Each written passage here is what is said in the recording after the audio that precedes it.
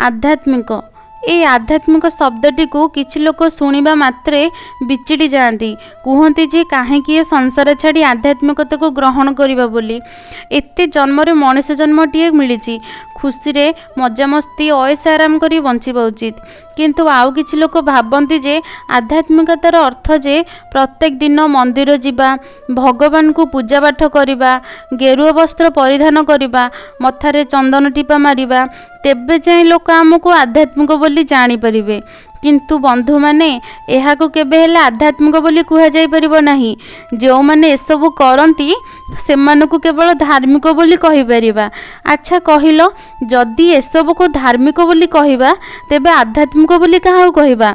सांग माने धार्मिक मनुष्य माने जो माने धर्म को आपणै थांती से माने निजको शांति रे रखिबा सह निज परिवार को खुशी रे रखि परिबे।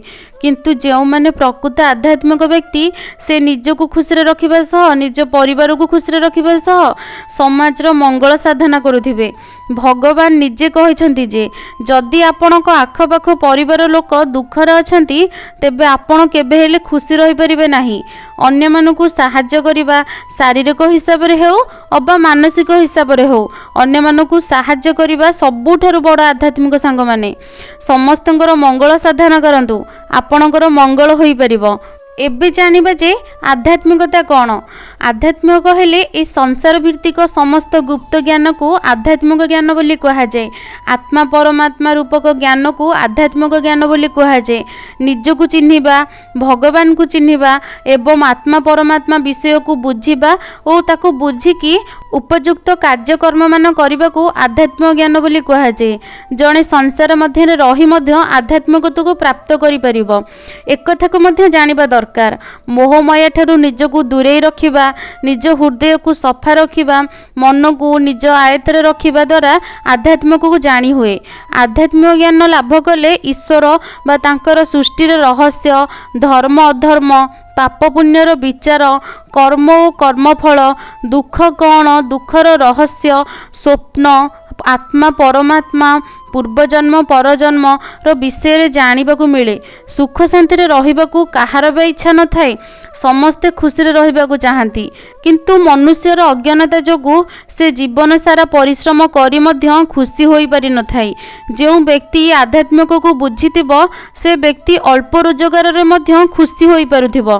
किंतु जी आध्यात्मिक कौन जानि नथिबो, बुझि नथिबो से जीवन सारा जेते भी रोजगार करू मध्य से केबे हेले खुशी होई परिबो नाही। वर्तमान दुनिया रे आध्यात्मिक कम एवं आधुनिकतार बहुत प्रयोजन चली।